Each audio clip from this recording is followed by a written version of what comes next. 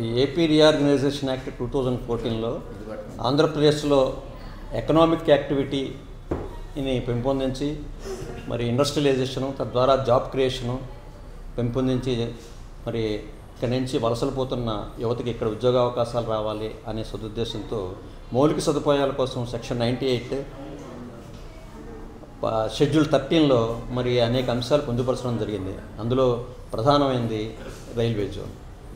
సరే, ఈ railway zone 6 నెలల్లో రూపకల్పన చేసి దాన్ని వేగంగా దాని ఏర్పాటు జరగాలి అని చెప్పి చట్టంలో పెట్టినప్పటికి కూడా 10 సంవత్సరాలు కావస్తున్నా ఇప్పటికీ కూడా దాన్ని అతిగతి లేని పరిస్థితుల్లో మరి ఈనాడు మనం అందరి అభిప్రాయాలు తీసుకుని మరి ఈనాడు రాష్ట్రానికి జరుగుతున్న అన్యాయం వివక్షని ఎలుగెత్తి చాటవలసిన అవసరం ఉందని ఈ సందర్భంలో మరి బహుజన సమాజ్ పార్టీ నాయకులు వాసు గారు వచ్చారు. వారు రైల్వే జోన్ ఆవశ్యకత, రాష్ట్రం ఎదుర్కొంటున్న ఈ వివక్షత, రాజకీయ పార్టీలు ఎంతటి బాధ్యత రాహిత్యం, ఇవన్నీ మరి వారు మాట్లాడతారు. ఈరోజు మన భారతదేశంలో మరీ ముఖ్యంగా మన ఆంధ్రప్రదేశ్ రాష్ట్రంలో విభజన హామీల కోసం చిన్న చిన్న పార్టీలు, అంటే ఓటింగ్ శాతం తక్కువగా ఉన్న పార్టీలు విభజన హామీల్ని అమలు చేయమని పోరాటం చేస్తున్నాయి, అడుగుతూ ఉన్నాయి. కానీ ఎవరైతే మేము ప్రత్యేక హోదా తెస్తాము, ప్రత్యేక హోదా సాధిస్తామని బీరాలు డాంబికాలు పలికినటువంటి తెలుగుదేశం, వైఎస్ఆర్ పార్టీ, ఆంధ్రప్రదేశ్ రాష్ట్రంలో అధికార ప్రతిపక్ష పార్టీలు ఆ ఊసే ఎత్తడం లేదు. అయితే దీనివలన టోటల్ ఆంధ్రప్రదేశ్ రాష్ట్రంలో ఉన్నటువంటి ప్రజలందరికీ, ఆంధ్రప్రదేశ్ రాష్ట్ర వ్యాప్తంగా ఉన్నటువంటి ప్రజలందరికీ నష్టం జరుగుతూ ఉంది. కుల, మత, వర్గ, వర్ణ, ప్రాంతీయ, ధనిక, పేద తేడా లేకుండా అందరికీ తీరని అన్యాయం జరిగింది. రాష్ట్ర విభజన సమయంలో ఆ రాజకీయ పార్టీల రాజకీయ ప్రయోజనం కోసం, రాజ్యాధికారంలోకి రావడం కోసం జాతీయ పార్టీలు ఆడినటువంటి రాజకీయ క్రీడలో, డ్రామాలో ప్రాంతీయ పార్టీలు కకావికలమైపోయినాయి. ఆనాటి ప్రధానమంత్రి డాక్టర్ మన్మోహన్ సింగ్ గారు స్వయాన రాజ్యసభలో ప్రకటిస్తే ఆ రాజ్యసభలో ఇచ్చినటువంటి హామీని, సందేశాన్ని, ప్రధానమంత్రి మాటని అది చట్టంలో లేదు అని అంటున్నారంటే అసలు ఈ భారతదేశంలో రాజ్యాంగం జరుగుతుందా, రాజ్యాంగ విరుద్ధంగా పాలన జరుగుతుందా? విభజన హామీల్లో మొట్టమొదటిది ప్రత్యేక హోదా, రెండవది రైల్వే జోన్, మూడవది ఆర్థిక వెసులుబాటు. ఎప్పుడైతే అత్యధిక ఆదాయాన్ని ఇస్తున్నటువంటి హైదరాబాదు నగరాన్ని వదులుకొని ఇక్కడికి ఆర్థిక లోటుతోటి వచ్చామో వెంటనే ఆ ఆర్థిక లోటుని కేంద్ర ప్రభుత్వం భర్తీ చేయకుండా వాళ్ళ రాజకీయ ప్రయోజనాలను అనుసరించి కొద్దిగా మీకు అప్పుడు ఇచ్చాము, మీకు ఇప్పుడు ఇచ్చాము అంటాం, వాళ్ళ పార్టీ పేరు చెప్పుకోవటం. ఈ భారతదేశంలో ఉన్న ప్రజలు వాళ్ళ రక్తాన్ని, చెమటని, స్వేదాన్ని చిందించి కష్టపడి సంపద సృష్టించి లక్షల కోట్ల రూపాయల ట్యాక్సులు కడుతుంటే ఆ లక్షల కోట్ల రూపాయల ట్యాక్సులు కట్టినటువంటి ఆంధ్ర ప్రజానికానికి అన్యాయం చేస్తూ మీరు పార్టీల విధానంతో భారతీయ జనతా పార్టీ, కేంద్ర ప్రభుత్వం మాట్లాడతాం, ఇది మానవత్వానికి విలువ లేకుండా మీరు చేస్తున్నటువంటి మాటలు. రైల్వే జోన్ కనుక ఈరోజు విశాఖలో కనుక రైల్వే జోన్ ఏర్పాటు చేస్తే ఈ ఆంధ్రప్రదేశ్ రాష్ట్రంలో ఉన్నటువంటి యువతీ యువకులే కాకుండా భారతదేశంలో ఉన్న అందరు యువతీ యువకులకి కనీసం వేలల్లో ఉద్యోగాలు, ఉపాధి దొరికేది. ఆ కోణంలో ఆలోచించకుండా ఆంధ్రప్రదేశ్లో బీజేపీ బలపట్టలేదు, బీజేపీకి అధికారం రావటం లేదు, బీజేపీ అధికారంలోకి వస్తే ఒకలాగా, రాకపోతే ఒకలాగా అని మీరిచ్చిన అరా కొరా ప్రయోజనాలని ఈరోజు మీరు ప్రచారం చేసుకుంటా ఉన్నారు. డంకా బజాయించి మేము అది ఇచ్చాము, ఇది ఇచ్చామని చెప్పుకుంటా ఉన్నారు. నిజంగా చిత్తశుద్ధి కలిగినటువంటి కేంద్ర ప్రభుత్వం, ప్రధానమంత్రి మోడీ గనక మీకు చిత్తశుద్ధి ఉంటే మీరు ప్రత్యేక హోదా ఇచ్చి, రైల్వే జోన్ ఇచ్చి, విభజన చట్టంలో ఉన్నటువంటి అన్ని అంశాలని, విభజన చట్టంలో ఉన్న అన్ని అంశాలని అమలు చేసి విభజన చట్టంలో లేకుండా కూడా ఈ ఆంధ్రప్రదేశ్ రాష్ట్రం ఏ విధంగా విభజనలో నష్టపోయిందో గుర్తించి ఈ ప్రజానికానికి 5 కోట్ల పైనున్న ఈ ప్రజానికానికి మీరు గనక విభజన హామీల ప్రకారము వీళ్ళకి న్యాయం చేసుంటే ఈరోజు ఆంధ్రప్రదేశ్ రాష్ట్రం అభివృద్ధి చెంది ఉపాధి రంగాల్లో అన్నిట్లో జీడిపిలో కూడా ఈ ఆంధ్రప్రదేశ్ రాష్ట్రం ముందుండేది. కానీ ఈరోజు ప్రజలందరూ విభజన చట్టంలో హామీలు అమలు కాకపోవటం వల్ల, ఆర్థిక వెలుసుబాటు రాకపోవటం వల్ల, రైల్వే జోన్ రాకపోవటం వల్ల, ప్రత్యేక హోదా రాకపోవటం వల్ల పార్టీలకు అతీతంగా ఆంధ్ర రాష్ట్ర ప్రజలందరూ కూడా ఆర్థికంగా, ఉపాధి పరంగా, విద్యాపరంగా చాలా తీవ్రమైన నష్టాన్ని రాష్ట్రం విడిపోయిన తర్వాత చవి చూస్తూ ఉన్నారు. మిత్రులారా, రాష్ట్రం విడిపోక ముందు మీరందరూ మాట్లాడిన మాటలు పార్లమెంట్లో అలాగే ఉన్నాయి. ఒక్కసారి ఆత్మవిమర్శ చేసుకోండి. ఈ రాజకీయ పార్టీలు, పార్లమెంట్లో ఉన్నటువంటి అన్ని పార్టీల ఎంపీలు ఆత్మవిమర్శ చేసుకొని ఆ రికార్డ్స్ వినండి ఒక్కసారి. ఆ రికార్డ్స్ వింటే రాజకీయ పార్టీలకు అతీతంగా, ప్రాంతాలకు అతీతంగా ఆంధ్ర రాష్ట్ర ప్రజలు ఏ విధంగా నష్టపోయారో, ఈ నష్టాన్ని కోలుకుంటానికి ఒక తరం ఈ నష్టాన్ని భరించాల్సిన పరిస్థితి వస్తుంది. మిత్రులారా, ఒక 5 సంవత్సరాలు 10 సంవత్సరాలు కాదు, ఇప్పుడున్నటువంటి జనరేషను ఒక 30 సంవత్సరాలు ఆ నష్టాన్ని భరించాల్సి వస్తుంది. ఈరోజు యువత గమనిస్తూ ఉంది. యువత ఎందుకు ఉపాధి లేకుండా పోయింది ఆంధ్రప్రదేశ్ రాష్ట్రంలో? ఆంధ్రప్రదేశ్ రాష్ట్రంలో ఉన్న యువతీ యువకులందరూ కూడా ఉత్తర భారతదేశానికి వలసపోతూ ఉన్నారు, పొట్ట చేత పట్టుకొని ఉద్యోగాల ఉపాధి నిమిత్తం.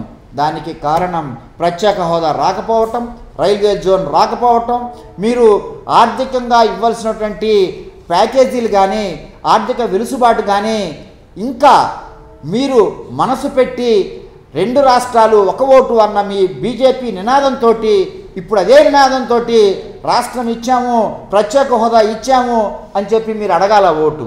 కానీ నష్టం చేశామని చెప్పి ఏ ముఖం పెట్టుకొని మీరు ఆంధ్రప్రదేశ్ రాష్ట్రంలోకి వస్తారో ఒక్కసారి మనల్లోకి తెచ్చుకోవాలి. భారతీయ జనతా పార్టీ, అదేవిధంగా కేంద్ర ప్రభుత్వము, కేంద్ర మంత్రివర్గం. ఈరోజు కేంద్ర మంత్రివర్గం పార్టీలకు అతీతంగా ఆంధ్ర రాష్ట్ర ప్రజానికానికి జరిగినటువంటి అన్యాయాన్ని ఒక్క అర్ధగంట సేపు కేంద్ర క్యాబినెట్లో చర్చించారా? ఇక ముందు చర్చిస్తారా? మీకు సమయం ఉన్నది. ఒక 20 రోజుల్లో ఎన్నికల షెడ్యూల్ రాబోతూ ఉంది.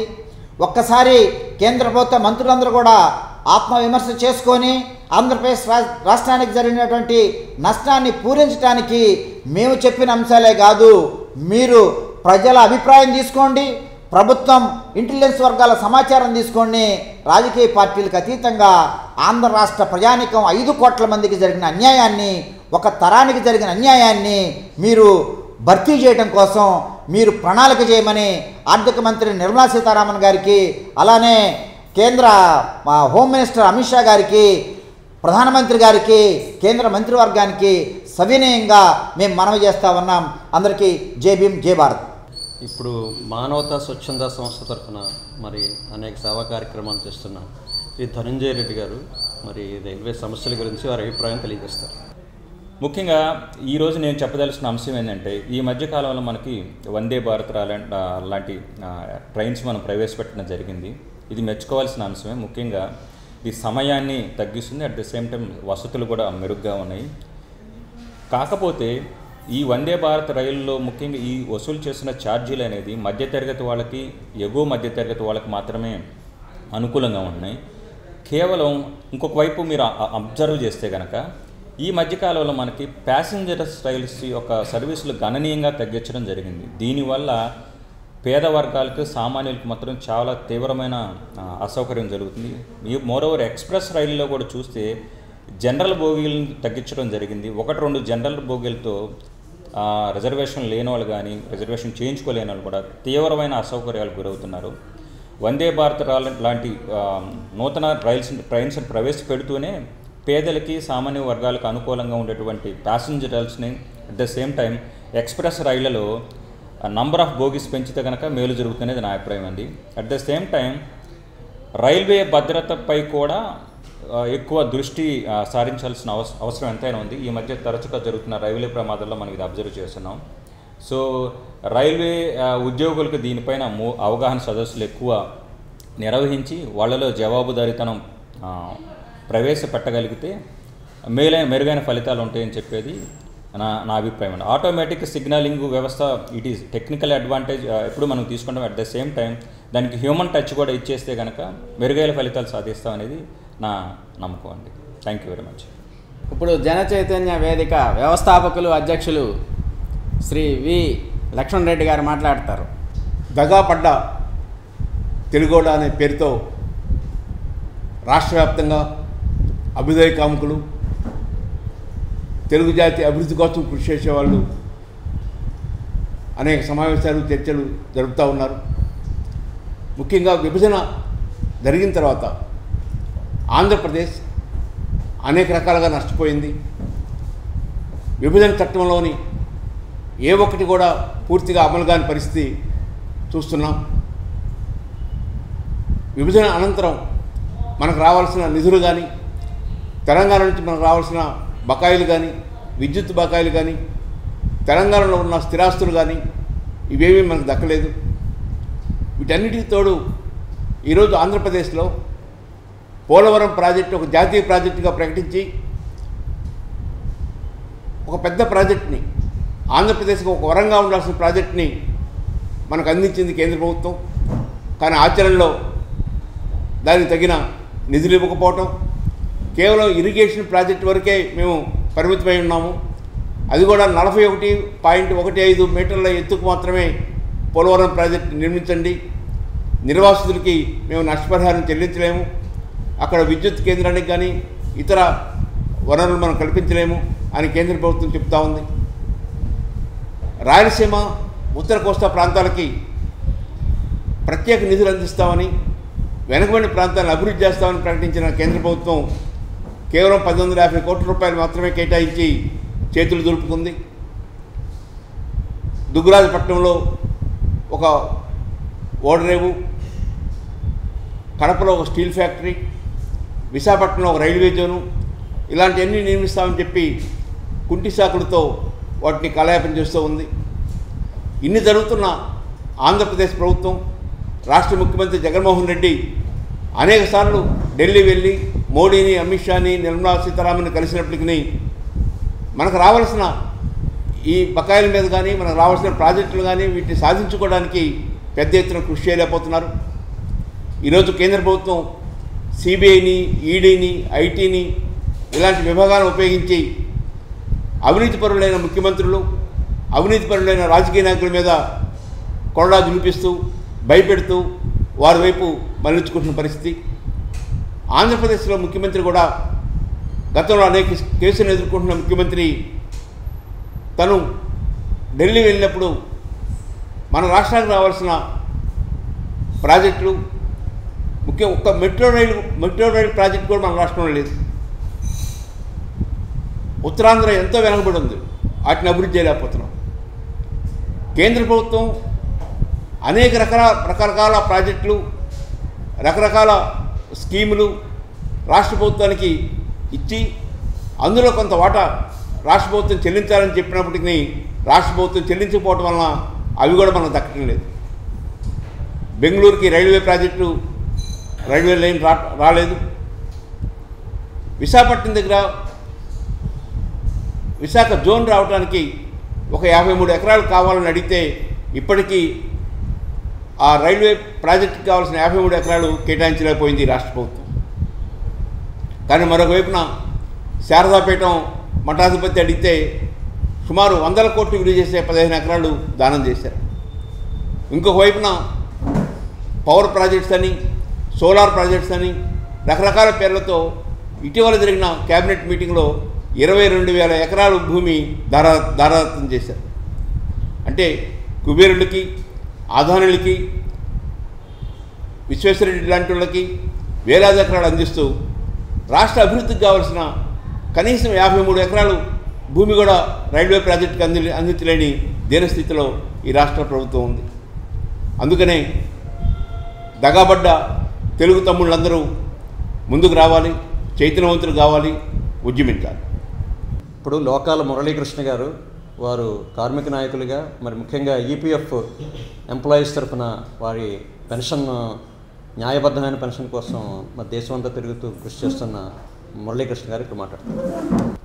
నేను అవగాహన తరపున వచ్చాను. నేను ఆర్టీసీలో రిటైర్డ్ ఆఫీసర్. EPS 95 దాని గురించి గతంలో 3 సార్లు హోండా యాక్ట్ మీద ఢిల్లీ వెళ్ళటం జరిగింది. అలాగే వారణాసి గడ ప్రైమ్ మినిస్టర్ ఆఫీస్లో కూడా ఇవ్వటం జరిగింది. అలాగే మన ఆంధ్రప్రదేశ్కి రావాల్సిన దాని గురించి కూడా ఆ స్టిక్కర్ అంటించుకోవడం జరిగింది. అలాగే స్టీల్ ప్లాంట్ దాని గురించి కూడా ప్రైవేటైజేషన్ దాని గురించి కూడా జరగడం జరిగింది. అయినా కూడా ఏంటంటే చిత్తశుద్ధి లోపించి మెయిన్ ఇందాక చెప్పిన వక్తలు చెప్పారు, నేషనల్ మా ఇక్కడ రాష్ట్రంలో ఉన్న రూలింగ్లో ఉన్న పార్టీ, అపోజిషన్ ఉన్న పార్టీ వాళ్ళ పార్టీల ప్రయోజనాలు తప్ప రాష్ట్ర ప్రయోజనాల గురించి పట్టించుకోకపోవటం వల్లే 10 సంవత్సరాలు అయ్యి మనకి విడిపోయినా కూడా రాష్ట్రం లేని రాజధాని లేని రాష్ట్రంగా తయారైందంటే చాలా సిగ్గుపడాల్సిన విషయం. అలాగే ప్రైమ్ మినిస్టర్ గారు కూడా అమరావతి క్యాపిటల్ దాని గురించి కూడా వచ్చి ఆయన చేశారు. ఆయన గత 10 సంవత్సరాల నుంచి ఆయన ప్రధానమంత్రిగా ఉన్నారు కాబట్టి ఆయన కూడా ఒక విధంగా చేయలేకపోయామని దానికి కూడా వాళ్ళు కూడా బాధ్యత వహించాల్సింది. ఇప్పుడు ఎలక్షన్లు వచ్చినాయి, ఎవరికి వాళ్ళు ఏ రోజు ఎవరు ఏ పార్టీలో ఉంటారు లేదా అన్నట్టు అయింది. అలాగే సెంట్రల్ పార్టీలు కూడా ఇప్పుడు విశాఖ జోన్ ఇచ్చారు. సెంట్రల్ మినిస్టరు మీరు ఇవాళ ల్యాండ్ ఇవ్వండి, రేపు శంకుస్థాపన చేస్తూ ఉన్నారు. అంటే అలాంటి ల్యాండ్ కూడా ఇవ్వలేని పరిస్థితుల్లో మన రాష్ట్రం ఉందంటే ఇప్పుడు ప్రస్తుతం ఉన్న రూలింగ్ పార్టీ వాళ్ళు కూడా సిగ్గుపడాల్సిన అవసరం. అందుకే ప్రజలు ఇలా చిన్న చిన్న పార్టీలు వాళ్ళు చేస్తే పెద్దగా ఉపయోగం ఉండదు. అయినా కూడా ఏంటంటే సమస్యలు ప్రజల దృష్టికి తీసుకొచ్చారు కాబట్టి ఈ ఎలక్షన్ కూడా రాబోతుంది కాబట్టి ఇటు రాష్ట్ర ప్రభుత్వానికి కానీ అటు కేంద్ర ప్రభుత్వానికి కానీ ఒక గుణపాఠం తెలియజేసిన అవసరం చేయాల్సిన అవసరం ప్రతి ఒక్క ఓటర్ మీద ఉంది. సరే, రాబోయే రోజుల్లో అయినా సరైన పార్టీని, సరైన నాయకుల్ని మనం అసెంబ్లీలోకి కానీ పార్లమెంట్లోకి కానీ చేయాల్సిన అవసరం కూడా ఉంది కాబట్టి ప్రజలందరూ విజ్ఞతతో ఆలోచించి నిర్ణయం తీసుకోవాలని కోరుకుంటూ థ్యాంక్ యూ. లోక్సత్తా ఉద్యమ సంస్థలో మంచి యాక్టివిస్ట్గా, నాయకులుగా మరి సదాశివరావు గారు సుపరిచితులు. మరి ఈరోజు విభజన హామీలో ప్రధానమైన రైల్వే జోన్ అంశంపై వారి అభిప్రాయం తెలియజేస్తారు. ఆంధ్రప్రదేశ్ విభజన హామీ చట్టంలోని అనేక అంశాల గురించి JDF వారు ప్రజల యొక్క దృష్టికి తీసుకురావడంలో చాలా కృషి చేస్తున్నారు. వారి కృషికి నా వ్యక్తిగతమైనటువంటి అభినందనలు, కృతజ్ఞతలు. ఇప్పుడు అంశము రైల్వే ప్రాజెక్టులు. ఈ రైల్వే ప్రాజెక్టులు ఒకటే కాదు, విభజన హామీ చట్టంలో ఇంకా అనేకం ఉన్నాయి. ఏవి కూడా కేంద్ర ప్రభుత్వం వాటి గురించి పట్టించుకున్నటువంటి దాఖలాలు ఏమి కనిపించట్లేదు. విభజించి పాలించి అనే రకంగా వాళ్ళు అమలు చేస్తున్నారు. దాంట్లో భాగంగానే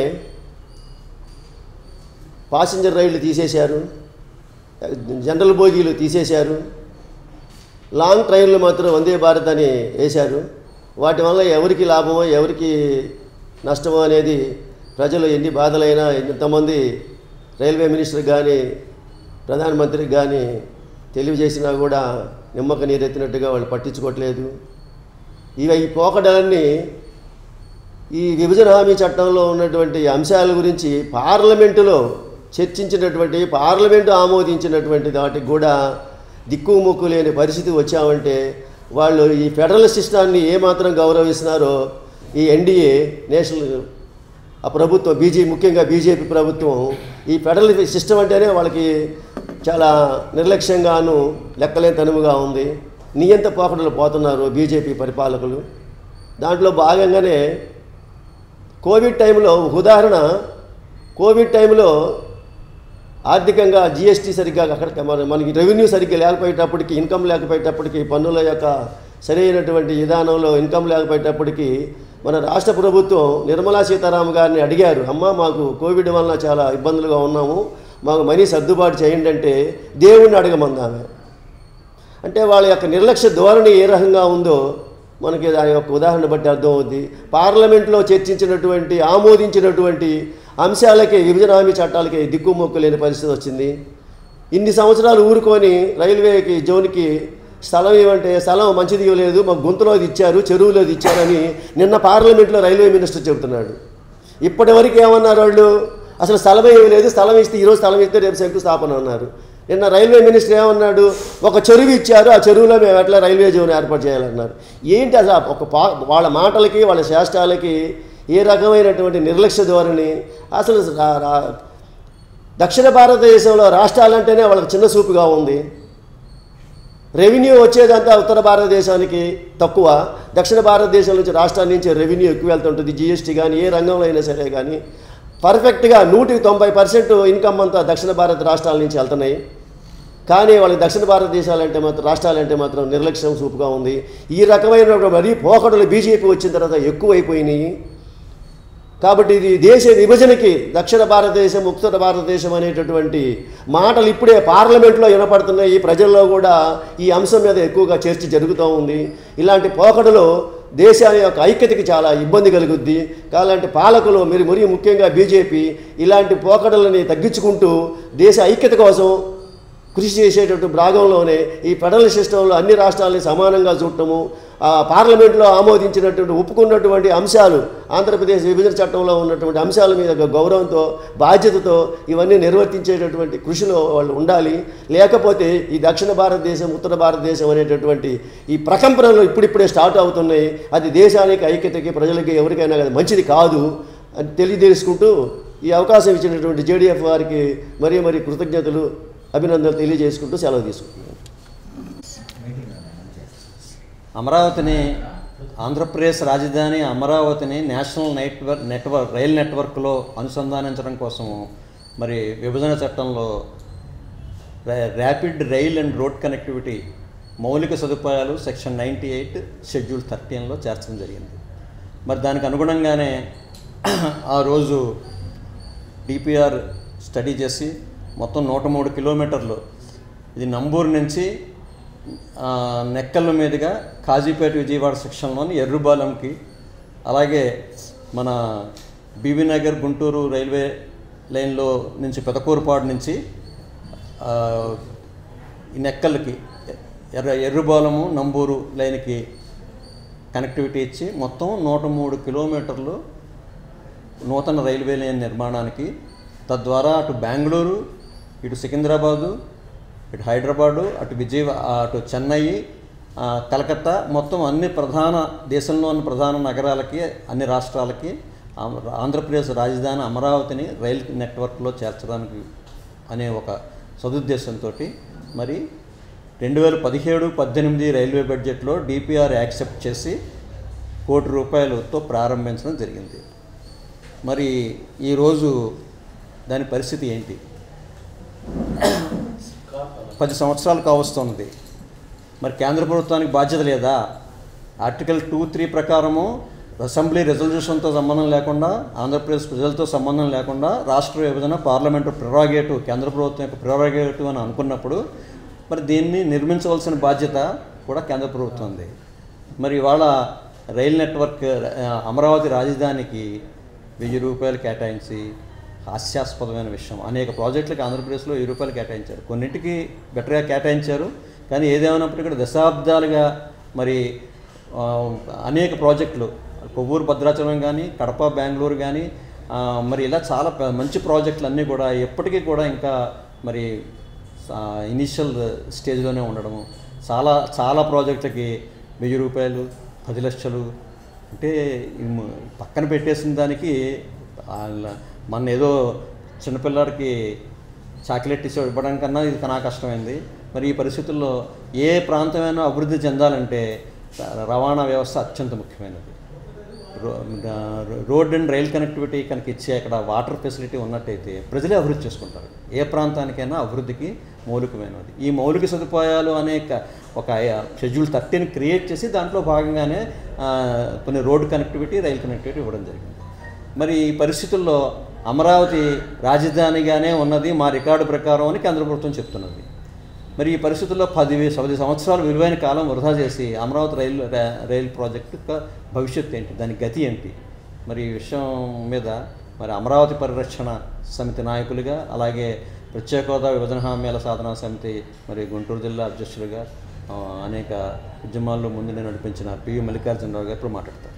రాష్ట్ర విభజన జరిగిన తర్వాత కేంద్ర ప్రభుత్వం, రాష్ట్ర ప్రభుత్వం, అప్పటి అధికారంలో ఉన్నటువంటి పార్టీలు కానీ ప్రతిపక్షాలు అన్నీ కూడా ఏకగ్రీవంగా అమరావతిని ఏకైక రాజధానిగా అంగీకరించిన తర్వాత మరి అమరావతి రాజధానికి చుట్టూ కూడా రైల్వే మార్గం, అలాగే గుంటూరు, అమరావతి, విజయవాడ, అలాగే తెనాలి, ఇవన్నీ సర్క్యులర్ ట్రైన్స్కి సంబంధించి కానీ మరి విజయవాడ మెట్రోకి సంబంధించి కానీ అనేక ప్రాజెక్టులను కూడా మరి ప్రభుత్వాలు మారిన తర్వాత ఈ ప్రభుత్వం తీసుకున్నటువంటి 3 రాజధానుల నిర్ణయంతో ఇవన్నీ కూడా అటకెక్కటం, పరోక్షంగా కేంద్ర ప్రభుత్వం కూడా ఈ రాష్ట్ర ప్రభుత్వానికి మరి సహకరించడం మూలాన అమరావతి ప్రాంతానికి రావాల్సినటువంటి రైల్వే ప్రాజెక్టులు ఏవి కూడా ముందడుగు వేయనటువంటి పరిస్థితి. ఏదో మొక్కుబడిగా ప్రాజెక్టును లైవ్లో ఉంచుతూ మరి 1000 రూపాయలు కేటాయించడం అనేది మరి తెలుగు ప్రజల్ని అత్యంత అవమానించడం కిందనే భావించాల్సి వస్తుంది. మొట్టమొదటి నుంచి కూడా కేంద్ర ప్రభుత్వానికి ఈ రాష్ట్రంలో ఉన్నటువంటి అనేక రైల్వే ప్రాజెక్టుల పట్ల, అలాగే పెండింగ్లో ఉన్నటువంటి రైల్వే ప్రాజెక్టులకు కూడా సరైనటువంటి నిధులు ఇవ్వకపోవటం, అదేవిధంగా ఈ రాష్ట్ర ప్రభుత్వం కూడా రైల్వే ప్రాజెక్టులకు కావాల్సినటువంటి భూములను కూడా సేకరించి ఇవ్వకుండా, అలాగే ఈ రాష్ట్ర ప్రభుత్వం తన యొక్క పెట్టాల్సినటువంటి తన షేర్ ఆఫ్ కంట్రిబ్యూషన్ కూడా ఇవ్వకుండా చేస్తున్నటువంటి వైఖరి వలన రావాల్సినటువంటి అనేక ప్రాజెక్టులు మనకి పెండింగ్లో పడుతూ ఉన్నాయి. ఇప్పటికైనా కానీ సరే స్థానిక ప్రజల యొక్క మనోభావాలని దృష్టిలో పెట్టుకొని కేంద్ర ప్రభుత్వం మరి త్వరలోనే ఎన్నికలు ఉన్నాయి. నెక్స్ట్ గవర్నమెంట్ వచ్చిన తర్వాత కూడా రాబోయేటటువంటి గవర్నమెంట్లు దీన్ని దృష్టిలో పెట్టుకొని ఈ సత్వరం పెండింగ్లో ఉన్నటువంటి ప్రాజెక్టులన్నిటి కూడా కంప్లీట్ చేయాల్సినటువంటి అవసరం ఉందని చెప్పి భావిస్తూ సెలవుస్తున్నాను. Thank you. ముఖ్యంగా రోడ్ అండ్ రైల్ కనెక్టివిటీలో మరి 50 సంవత్సరాలు అభివృద్ధిలో వెనక్కి వెళ్ళిపోయి అభివృద్ధిని హైదరాబాదుని ఉమ్మడి రాజధానిగా విద్య, వైద్యం, వ్యాపారం, పరిశ్రమలు అన్నీ కేంద్రీకృతం చేసుకున్న ఉమ్మడి రాజధానిగా అభివృద్ధి చేసుకున్న రాజధాని మనది కాదు అని కోల్పోయినప్పుడు మరి ఆ రోజు పార్లమెంట్లో మౌలిక సదుపాయాలు అనే అంశాన్ని ఏపీ రీఆర్గనైజేషన్ యాక్ట్ 2014లో క్రియేట్ చేసి మరి ఎకనామిక్ యాక్టివిటీని పెంచడం కోసం, ఇన్వెస్ట్మెంట్స్ని అట్రాక్ట్ చేయడం కోసము, జాబ్ క్రియేషన్ కోసము సో ఆ రోజు ఏపీ రీఆర్గనైజేషన్ యాక్ట్ మౌలిక ఇన్ఫ్రాస్ట్రక్చర్ షెడ్యూల్ 13 సెక్షన్ 98లో రైల్వే జోన్ అనే అంశం కూడా పెట్టడం జరిగింది. మరి దురదృష్టవశాత్తు దాంట్లో 6 నెలల్లో రైల్వే జోన్పై నిర్ణయం తీసుకుని త్వరితగతిని ఏర్పాటు చేయాలి అనేది చట్టంలో ఉన్నది. మరి 6 నెలలు అపాయింటెడ్ డే నుంచి 6 మంత్స్ అంటే జూన్ 2, 2014 అపాయింటెడ్ డే, డిసెంబర్ తోటి 6 నెలలు అయిపోయింది. ఇవాళ 10 సంవత్సరాలు కూడా అవుతుంది. మరి రైల్వే జోన్ ఏర్పాటులో ఉన్న ప్రతిబంధకాలు ఏంటి? దురదృష్టవశాత్తు రాజకీయ పార్టీలు సంకుచిత రాజకీయంతో ఉంటే ప్రజా సంఘాలు కూడా మేధావి సంఘాలు కూడా మరి సరైన పాత్ర ఇందులో నిర్వహించలేదు అని అనిపిస్తుంది. మరి ఇంటర్నల్ రైల్వే రిపోర్ట్ ప్రకారము to the best of my knowledge వైజాగ్లో రైల్వే జోన్ ఏర్పాటు చేయడం అనేది catastrophic effect to the Indian railways internal report అది. అండ్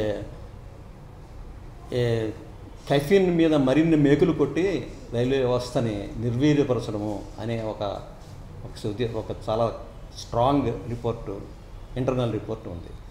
ఎందుకని ఆ రిపోర్ట్ ఉంది? Railway is a complex techno administrative organization. కొన్ని సందర్భాల్లో రాష్ట్ర విభజన కన్నా కూడా సంక్లిష్టమైంది. అంత ఆషామోషిగా ఏదో రకంగా చేయదు. నువ్వు రైల్వే జోను ఇస్తావా చస్తావా అని భీష్మించుకుని ఒక మూర్ఖత్వమైన ఒక డిమాండ్ని అలుసుగా మరి ఒక సాకుగా కేంద్ర ప్రభుత్వం కూడా తీసుకున్నదా అనే అనుమానం కలుగుతుంది. విశాఖలోనే రైల్వే జోన్ ఇస్తారా అనే ఒక నిబంధన, ఒక నేరో పొలిటికల్ డిమాండ్ పెట్టకుండా ఉన్నట్టయితే ఈ పాటికి రాష్ట్రంలో రైల్వే జోన్ ఏర్పాటు అయ్యి ఉండేది. వాల్టర్ డివిజన్ రద్దు ప్రస్తావన లేకుండా రైల్వే డివిజన్ హెడ్ క్వార్టర్స్ కూడా మన రాష్ట్రంలో ఉండేది. ఇవాళ వాల్టర్ రైల్వే డివిజన్ రద్దు చేసి జోన్ ఇస్తామనేది చాలా ఆత్మహత్య సదృశ్యం. రాష్ట్ర ప్రయోజనాలకి, రైల్వే ప్రయోజనాలకి ఇది చాలా విరుద్ధమైనది. ఇది railways is a national transporter కాబట్టి రాష్ట్ర సరిహద్దులు గీసినట్టుగా ఉండదు. ఇప్పుడు దక్షిణ మధ్య రైల్వేలో నాందేడ్ డివిజన్ ఉంది, నాందేడ్ డివిజన్ ప్రాంతం అంతా కూడా మహారాష్ట్రలోది. మరి సౌత్ సెంట్రల్ రైల్వే మహారాష్ట్ర ప్రాంతమైన నాందేడ్ డివిజన్ మన Secunderabad head quarters south central రైల్వేలో ఉంది. వాల్టేర్ డివిజన్ కొంతకాలం ఈస్ట్ కోస్ట్ రైల్వేలో ఉన్నట్టయితే ఏమవుతుంది? ప్రతి సంవత్సరము 7,000 కోట్ల రూపాయల రైల్వే బడ్జెట్ కేటాయింపులు ఉంది. అత్యంత ప్రతిభావంతమైన 130 సంవత్సరాల అన్ని కంపోనెంట్స్ ఉండే ఒక సమగ్రమైన గొప్ప one of the foremost railway divisions అయిన వాల్టేర్ డివిజన్ని రద్దు చేసి కనుక రైల్వే జోన్ ఇచ్చినట్టయితే ఆ రైల్వే జోను మరి రాష్ట్ర ప్రయోజనాలకు విరుద్ధము. కాబట్టి వాల్టేర్ డివిజన్ని తో కూడిన రైల్వే జోన్ను East Coast South Coast railway zone మాత్రమే మరి ఆంధ్రప్రదేశ్ ప్రయోజనాలని కాపాడుతుందని తెలియజేస్తూ, ఖచ్చితంగా వాల్టేర్ డివిజన్ని రద్దు ప్రస్తావన లేని రైల్వే జోన్ను త్వరితంగా ఇప్పటికైనా ఏర్పాటు చేయాలి. కేంద్ర ప్రభుత్వం ఏమో మాకు ల్యాండ్ ఇవ్వలేదు 53 ఎకరాలు అని కేంద్ర ప్రభుత్వం సాక్షాత్ రైల్వే మినిస్టర్ గారు చెప్తుంటే, మరి రాష్ట్ర ప్రభుత్వం మేము ఇచ్చేసాము అని చెప్తుంది. ముంపుకు గురయ్యే 27 ఎకరాలు ముంపుకు గురయ్యే ప్రాంతాలు, ఆక్రమణలో ఉన్న ప్రాంతాలు ఇచ్చారు, మాకు పొజిషన్లోకి రాలేదని చెప్తుంది.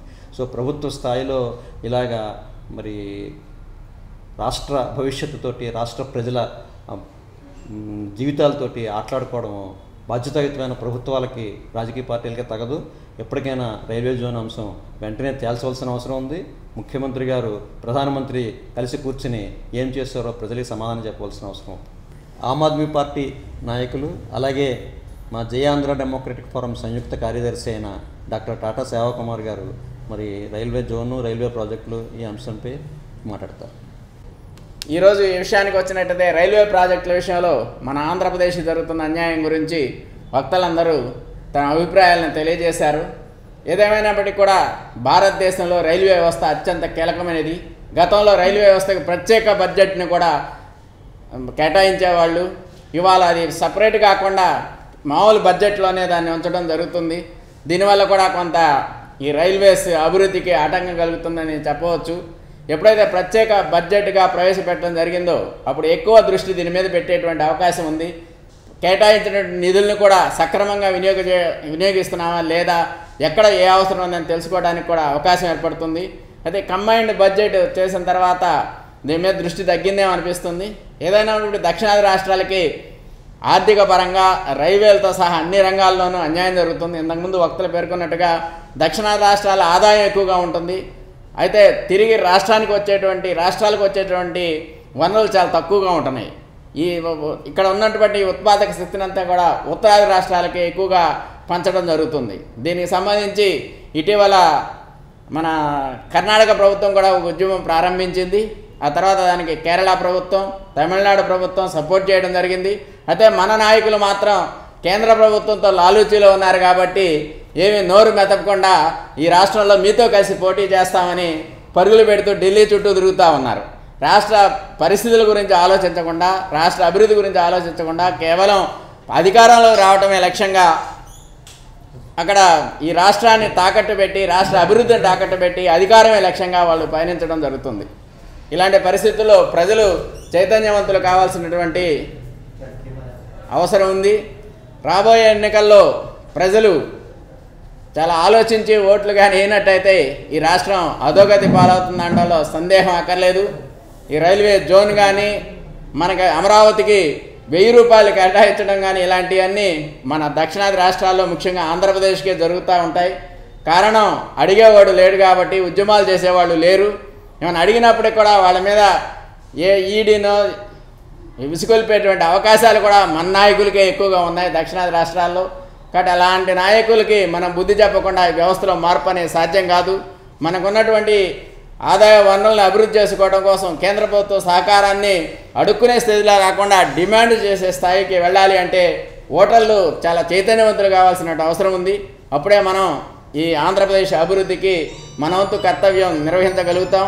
ఈ దిశగా ప్రతి ఒక్క ఓటరు ఆలోచించి రాబోయే ఎన్నికలకు ఈ రాష్ట్ర అభివృద్ధికి ఎవరైతే ఆటంకంగా ఉన్నారో, ఎవరైతే కేంద్ర ప్రభుత్వంతో పోరాడి సాధించలేని స్థితిలో ఉన్నారో వాళ్ళందరూ కూడా ఈ రాష్ట్ర అభివృద్ధికి ఎవరు ఆటంకంగా ఉన్నారో అలాంటి వారికి రాబోయే ఎన్నికల్లో బుద్ధి చెప్పాలని తెలియజేస్తూ నాకు ఈ అవకాశం ఇచ్చిన వారికి ఉదయపూర్వక ధన్యవాదాలు తెలియజేస్తున్నాను. దగాపడ్డ ఆంధ్రుడా అనే పదం మన ఆంధ్రులకి ఎప్పటికీ వర్తిస్తుంది.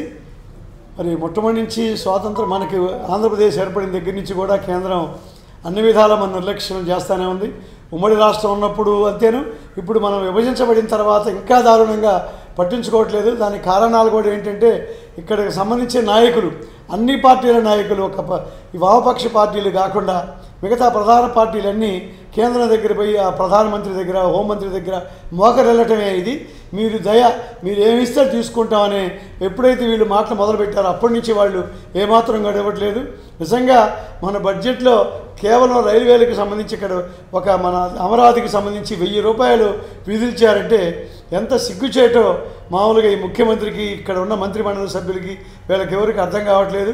అయినా సరే ఈ వారంలోనే దాదాపు అందరూ వెళ్ళి మోకరిల్లి అక్కడ బాంచరు నీ కాలు మొక్కుతారన్నట్టుగా కేంద్ర ప్రధానమంత్రి దగ్గర, అమిత్ షా దగ్గర చేస్తున్నారంటే ఎంత ప్రజలందరూ అసహించుకుంటున్నారు. ఈ పరిస్థితి పోవాలి. ఆంధ్రప్రదేశ్కి రైల్వే ప్రాజెక్టులు ఎప్పటి నుంచో పెండింగ్ చాలా ఉన్నాయి. దాన్ని అసలు ఏమాత్రం కూడా పట్టించుకోవట్లేదు. ఇక్కడున్న ప్రజాప్రతినిధులు, పార్లమెంటు సభ్యులు వాళ్ళకు సంబంధించిన వ్యవహారాల మీద కాన్సన్ట్రేషన్ చేస్తున్నారు. కానీ ఇక్కడ పలానా పథకం రావాలి, పలానా రైల్వే ప్రాజెక్టు రావాలని చెప్పేవాళ్ళు ఎవరూ లేరు. ఏదో దయతలిచి మొత్తం ఉత్తరాది ప్రాంతాల వాళ్ళు ఏర్పాటు చేసుకున్న రైళ్లకు సంబంధించి అప్పుడప్పుడు గుంటూరు మీదుగా వెళ్ళటమే కానీ ఇక్కడ మనం డిమాండ్ చేసి తెచ్చుకున్న రైళ్లు మాత్రం చాలా తక్కువ ఉన్నాయి. మరి ఇటువంటి వాటి మీద నిజంగా ఈ కొత్త బడ్జెట్లో కనీసం కొన్నన్నా ఇస్తారనుకున్నాం. మధ్యంతర బడ్జెట్ అయినా వాళ్ళకి రైల్వే ఇవ్వడానికి ఇబ్బంది ఏమీ లేదు.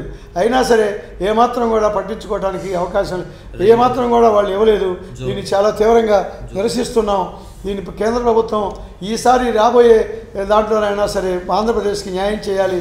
ఇక్కడ ఈసారి గెలిచే వాళ్ళకి మరి మంచి కేంద్రం నుంచి నిలదీసి మరి మన డిమాండ్లు సాధించుకునేటట్టుగా, రైల్వే ప్రాజెక్టులు సాధించుకునేటట్టుగా ఉండే వాళ్ళనే గెలిపించుకోవడానికి ఇక్కడున్న ప్రతి ఓటరు కృషి చేయాలని చెప్పేసి మా సేవాకుమార్ గారు చెప్పినట్టుగా దృష్టిలో పెట్టుకోవాలని విజ్ఞప్తి చేస్తున్నాం. దళిత బహుజన ఫ్రంట్ నాయకులు కె వినయ్ కుమార్ గారు, మరి వారు కాంగ్రెస్ యాక్టివిస్ట్ ఆల్సో, మరి అనేక ప్రజా సమస్యల మీద, ముఖ్యంగా విభజన హామీల మీద మరి పోరాడుతున్న కె వినయ్ కుమార్ గారిని మరి రాష్ట్రంలో railway zone, Amaravati rail connectivity, rail project, అలాగే వివిధ రైల్వే ప్రాజెక్టులపై ఇప్పుడు మాట్లాడతారు. పెద్దలందరికీ నమస్కారం. ప్రధానంగా ఆంధ్రప్రదేశ్ రాష్ట్ర పునర్విభజన చట్టంలో అనేక అంశాలు ఆనాటి కేంద్ర ప్రభుత్వం పొందుపరచడం జరిగింది. దానికి అనుగుణంగా ఈ రాష్ట్రంలో ఉన్న ప్రభుత్వాలు ప్రధానంగా బాధ్యత తీసుకుని ఆ అంశాలన్నీ అమలు చేసి ఉంటే ఈ పాటికి ఆంధ్ర రాష్ట్రం అన్ని రాష్ట్రాలతో పాటు సరిసమానంగా కానీ లేదా ఇంకా అగ్రభాగంగా కానీ ముందుకెళ్ళే అవకాశం ఉంది. అట్లాంటి అవకాశాలని 2 రాష్ట్ర ప్రభుత్వాలు, గత ప్రభుత్వం ప్రస్తుత ప్రభుత్వాలు కూడా జార విడుచుకుని ఆంధ్ర రాష్ట్రాన్ని అనాథలాగా మార్చేసి పరిస్థితుంది. అందులో ప్రధానంగా రైల్వే సంబంధించినటువంటి అంశాలు మరి ఈ రోజున చర్చాంశం. ఆంధ్రప్రదేశ్కి చాలా రాష్ట్రాలతో కనెక్టివిటీ ఉంది. ఇది చాలా వ్యూహాత్మకమైన ప్రదేశం. ఇది చాలా ప్రదేశాలకి సహజ వనరుల్ని కనెక్ట్ చేయగలిగినటువంటి పెద్ద లింక్ ఉన్నటువంటి ప్రాంతం. విస్తారమైన అడవి ప్రాంతం ఉంది, సముద్ర తీర ప్రాంతం ఉంది, సారవంతమైన భూములు ఉన్నాయి, మానవ వనరులు ఉన్నాయి, అనేక వనరులు కలిగినటువంటి ప్రాంతం. మరి ఇటువంటి ఈ ప్రాంతంలో సహజ నదులు ఉన్నాయి. ఇట్లాంటి ప్రాంతంలో నుంచి చాలా పద్ధతుల్లో మనకి అభివృద్ధి చెందే అవకాశం ఉంది. అది రోడ్డు కనెక్టివిటీ కానీ, రైల్ కనెక్టివిటీ కానీ, ఈ 2 కూడా చాలా ఇంపార్టెంట్. అట్లాంటి ప్రాంతంలో కేంద్ర ప్రభుత్వం ఇచ్చినటువంటి అనేక రైల్వే లైన్లు ఈ రోజున పెండింగ్లు ఉన్నాయి. కొంతమంది పార్లమెంట్ సభ్యులు చొరవ చేసి కొన్ని రైలు మార్గాల్ని సాధించుకోవడం జరిగింది. అవి కూడా ఈరోజు అమలు చేయలేని పరిస్థితి ఉంది. సో పార్లమెంట్ సభ్యుల్లో కొంతమంది కృషిని మనం ఈ సందర్భంగా విస్మరించలేము. కానీ రాష్ట్ర ప్రభుత్వం మాత్రం, గత ప్రభుత్వం కానీ ఈ ప్రభుత్వం కానీ విశాఖపట్నం రైల్వే జోన్కి సంబంధించి కానీ, మరి అట్లాగే అనేక రైలు మార్గాలు ఆధునీకరణ గురించి కానీ, రైల్వే లైన్లో ఉండేటువంటి అనేక రిపేర్లు ఇట్లాంటివన్నీ కూడా, ఇట్లాంటి విషయాలన్నిటి కూడా శ్రద్ధ వహించలేదు. అంటే ఇక్కడ మెట్రో ఇప్పుడు హైదరాబాదు మహానగరం ఏర్పడింది. తర్వాత చాలా చోట్ల మెట్రో రైళ్ళు వచ్చినాయి. మనకు కూడా మెట్రో రైలు కూడా ప్రాజెక్టుని శాంక్షన్ చేస్తామని చెప్పున్నారు. సో మనకి మెట్రో రైలు కానీ, లేకపోతే ఆధునికమైనటువంటి రైల్వే వసతులు కానీ, రైల్వే లైన్ అభివృద్ధి కానీ, ప్రత్యేక రైల్వే జోన్ కానీ, ఇట్లాంటివన్నీ కూడా ఎక్కడ కూడా అమలు చేయలేని పరిస్థితి ఉంది. వీటన్నిటినీ అధిగమించి ముందుకెళ్లాల్సినటువంటి అవసరం ఉంది. అందుకని ఆంధ్రప్రదేశ్ రాష్ట్రాన్ని పునర్విభజన చట్టంలో ఉన్న అంశాలతో పాటు పునర్నిర్మాణం చేయాల్సిన అవసరం ఉంది. దానికి మరొకసారి ఆంధ్రప్రదేశ్ రాష్ట్రంలో ఉన్నటువంటి ప్రజా సంఘాలు, రాజకీయ పార్టీలు, మేధావులు అందరూ కూడా చర్చించి ఆంధ్రప్రదేశ్ పునర్నిర్మాణానికి సంబంధించినటువంటి ఒక కార్యాచరణ రూపొందించుకోవాల్సిన అవసరం ఉంది. అది ఎట్లాంటి ఆ కార్యాచరణ అంటే రాబోయే తరాలు ఎప్పటికీ కూడా ఈ రాష్ట్రంలో మేము ఈ రాష్ట్రం ఎందుకు పుట్టామనే బాధపడకుండా ఈ రాష్ట్రంలో పుట్టినందుకు గర్వించేలాగా ఆంధ్రప్రదేశ్ పౌరులుగా గౌరవ మర్యాదలతోటి సుఖశాంతులతోటి సుఖజీవనం పడిపోయేందుకు వీలుగా ఈ ప్రాంత వనరులు వినియోగించుకుంటూ ఇతర ప్రాంతాల వాళ్ళకు కూడా ఆశ్రయం కల్పిస్తూ ఇది ఒక రకమైనటువంటి వనరుల్ని వినియోగించుకునే రాష్ట్రంగా ఒక గౌరవప్రదంగా ఆత్మగౌరవంతో మనిషి జీవించే పద్ధతిలో ఈ ప్రాంతం అభివృద్ధి చెందడానికి ఉన్న అనేక అంశాలని ఈ రాష్ట్రంలో మరొక సామాజిక రాజకీయ ఉద్యమం జరపాల్సిన అవసరం ఉంది. అది పునర్నిర్మాణం అనే ఉద్యమం ద్వారా, అంటే ఆంధ్రప్రదేశ్ పునర్నిర్మాణం అనే ఉద్యమం ద్వారా ఏవైతే రాష్ట్రంలో ఉన్నటువంటి హక్కులుగా ఉన్నటువంటి విభజన చట్టంలో ఉన్నటువంటి అంశాలతో పాటు అనేక కొత్త అంశాలను జోడించి స్థానిక అంశాలను కూడా జోడించి ఈ ఏవైతే అంశాలు ఉన్నాయో వాటన్నిటిని కూడా సమగ్రపరిచి ఒక సమగ్రమైన నివేదికతోటి ఒక ఒక ఒక కార్యాచరణతోటి ఈ రాష్ట్ర ప్రజల ముందు పెట్టాల్సిన అవసరం ఉందని నేను భావిస్తూ ఉన్నాను. అట్లాగే ఈ ప్రాంతంలో అనేక మానవ వనరులని అనేక రకాల శ్రమలు చేసే జనం ఉన్నారు, శ్రమజీవులు ఉన్నారు, కోట్లాది మంది ప్రజలు కష్టజీవులు ఉన్నారు. వాళ్ళందరూ కూడా ఉపాధి లేక ఈ రోజున వలసపోతూ ఉన్నారు. ఇక్కడే అనేక స్థానికంగా పరిశ్రమలు అభివృద్ధి చేసుకోవచ్చు, ఇక్కడే కుటీర పరిశ్రమలు అభివృద్ధి చేయొచ్చు, లేకపోతే చిన్న తరహా పరిశ్రమలు తయారు చేసుకోవచ్చు. ఎందుకంటే దీనికి చాలా కనెక్టివిటీ ఉంది. రైల్వే కనెక్టివిటీ పెంచితే, అట్లాగే రోడ్ కనెక్టివిటీ పెంచితే, మరి అట్లాగే సముద్రయానం పెంచితే ఈ ప్రాంతం అంతా కూడా అభివృద్ధి చెందే అవకాశం ఉంది. అంత అద్భుతమైనటువంటి అవకాశాలను వినియోగించుకోకుండా ప్రభుత్వాలు చాలా దుర్మార్గంగా ప్రజల మధ్య విద్వేషాలు రెచ్చగొట్టి రాజకీయ వాళ్ళ ఆధిపత్యాన్ని కొనసాగిస్తూ ఇక్కడ వనరుల్ని దోపిడీ చేస్తూ ఉన్నారు. ఈ వనరుల్ని వినియోగించుకోవాల్సిన ప్రజల స్థానంలో కొంతమంది స్మగ్లర్లు, కబ్జాదారులు, మాఫియాలు ఈ రోజున స్థానిక వనరుల్ని, సహజ వనరుల్ని కబ్జా చేస్తున్నారు. ఈ కబ్జా నుంచి బయటపడేసి ప్రజలందరూ ఈ వనరులు వాడుకునేటట్లుగా ప్రభుత్వాలు పనిచేసే పద్ధతిలో ఒక ప్రజా ఉద్యమాన్ని నిర్మించాల్సిన అవసరం ఉంది. ప్రజా రక్షణ ఉద్యమాన్ని, ప్రజా చైతన్య ఉద్యమాన్ని, ప్రజా భాగస్వామ్య ఉద్యమాన్ని రాష్ట్ర పునర్నిర్మాణ ఉద్యమం ద్వారా సాధ్యమేదని విశ్వసిస్తూ ఆ దిశగా రకరకాల భావజాలాలతో ఉన్న వాళ్ళంతా కూడా ఒకే భావజాలం, ఆంధ్రప్రదేశ్ పునర్నిర్మాణ ఉద్యమ భావజాలంతో సమీకృతం ఈ రాష్ట్ర పునర్నిర్మాణానికి అంకితం కావాలని కోరుతూ ఈ కృషిలో జయేంద్ర డెమోక్రటిక్ ఫోరం చేసిన కృషిని మనస్ఫూర్తిగా అభినందిస్తూ ఈ కార్యక్రమంలో భాగస్వామ్యం చేసినందుకు ధన్యవాదాలు తెలియజేస్తాను.